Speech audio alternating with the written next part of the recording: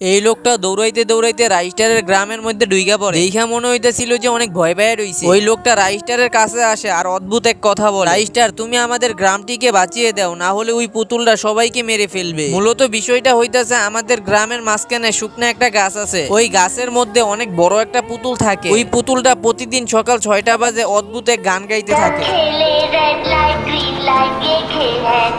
ওই গান শোনার পর গ্রামের সব লোকেরা তার কাজ কাম ফালায় থুইয়া ওই পুতুলের কাছে চলে যায়। ওইটা শুধু গান ছিল না, ওইটা ছিল মৃত্যুর ডাক। যারা যারা ওই পুতুলের কাছে না যাইতো তাদের শরীর থেকে মাথা আলাদা হয়ে যাইতো, আর সাথে সাথে সে সেখানেই মারা যেত। ওই পুতুলটা গ্রামের সব লোকেদেরকে দিয়ে একটা গেম খেলাইতো। গ্রিন লাইট বলার সাথে সাথে আমাদেরকে দৌড়াইতে হইতো, আর রেড লাইট বলার সাথে সাথে আমাদেরকে থাইমা যাইতে হইতো। যারা থামতো না তারা মারা যেত। জীবন বাঁচানোর জন্য ঠিকঠাক মতন গেম পার করতে হইতো। গ্রাম থেকে কেউ বের হইতে পারতো না। আমি তোমার গ্রামে অনেক কষ্ট করে আমি ওইখান থেকে একটা পিস্তল চুরি কইরা আইন না ওই লোকটারে মাইরা, তারপর আমি অনেক কষ্ট কইরা তোমাদের গ্রামে আমি শুধু এই আশা নিয়ে আইছি তুমি আমাদেরকে সাহায্য করবা। রাইস্টার এই কথাগুলো শোনার পর ওর লুম খাড়া হয়ে যায়। তারপরও রাইস্টার সাহায্য করতে রাজি হয়ে গেল। তারপর আর কি, রাইস্টার পুতুলের সামনে আইসা দাঁড়ায়, তারপর খাতা কলম বের করে আর পুতুলের মতো ছবি বানাইতে থাকে। তারপর রাইস্টার একটা ক্লিক করে, আর ক্লিক করার সাথে সাথে এই পুতুলটা অনেক ছোট হয়ে যায়। তারপর রাইস্টার পুতুলটাকে নিজের হাতে নেয়, তারপর শুকনা গাছের মধ্যে বন্দি কইরা ফেলে। রাইস্টার বলতে থাকে এই শুকনা গাছের মধ্যে যে পানি দিবে সাথে সাথে পুতুলটা জীবিত হয়ে যাবে, এই জন্য কেউ পানি দিবে না। কিন্তু তার আগে বন্ধুরা আমার পাবজি প্লেয়াররা একটা চ্যালেঞ্জ দিছে। তারা বলেছে ফ্রি ফায়ারের নাকি দর্শক কম। তো বন্ধুরা আপনাদেরকে তেমন কিছুই করা লাগবে না। আপনারা যদি ফ্রি ফায়ার লাভার হন তাহলে ভিডিওতে লাইক করে চ্যানেলটা সাবস্ক্রাইব করে দেন, এবং যারা রাইস্টারকে ভালোবাসেন তারা কমেন্ট সেকশনে লাল হার্ট দিবে, আর যারা পাবজি লাভার তারা কমেন্ট সেকশনে ব্ল্যাক হার্ট দেন। আমিও দেখতে চাই কোন গেমের অডিয়েন্স সব থেকে বেশি। গ্রামের লোকেরা পুতুল বন্দী হওয়ার খুশিতে অনেক আনন্দ করতেছিল। তারপর এইভাবে 2 মাস কাইটা যায়। গ্রামের লোকেরা অনেক খুশি ছিল, কিন্তু